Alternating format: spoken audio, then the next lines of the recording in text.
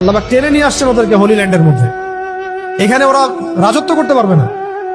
পারবে কয়দিন বলছি 40 দিন। ওদের মিসায় আসার পরে, ওদের মিসায় তাও আসার পরে আল্লাহ পাক ওদেরকে টেনে নিয়ে আসছেন একটা জায়গায় যেখানে ঠিক ওই ফেরাউনের মতোই আল্লাহ পাক এই বিশ্বের এবং সামনের যে আধুনিক ফেরাউন গুলো আছে এদেরকে এখানে ডুবায় মারবেন আল্লাহ রাব্বুল আলামিন।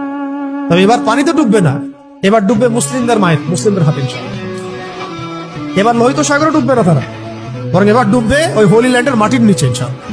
এবং এটা হবে ইতিহাসে সবচেয়ে শেষবারের মতো। এরপরে কোনো আল্লাহদ্রোহী শক্তি এই বিশ্বের মাথা চাড়া দিতে পারবে না। এরপর ঈসা আলাইহিস সালামের যুগ চলবে, 40 বছরের রাজত্ব চলবে। তার 40 বছরের শাসনে পুরা ওয়ার্ল্ড ওয়াইড গ্লোবাল খেলাফা কায়েম হবে। এরপরে মানুষ খারাপ হওয়া শুরু করবে, সেটা আলাদা আলোচনা, ওইটা আমরা পরে করবো ইনশাআল্লাহ। এটা নিয়ে আজকের আলোচনা না। আজকের এতটুকু অংশ যে দেখুন যেভাবে ফেরাউন ফাংশন করেছে এরাও সেভাবেই ফাংশন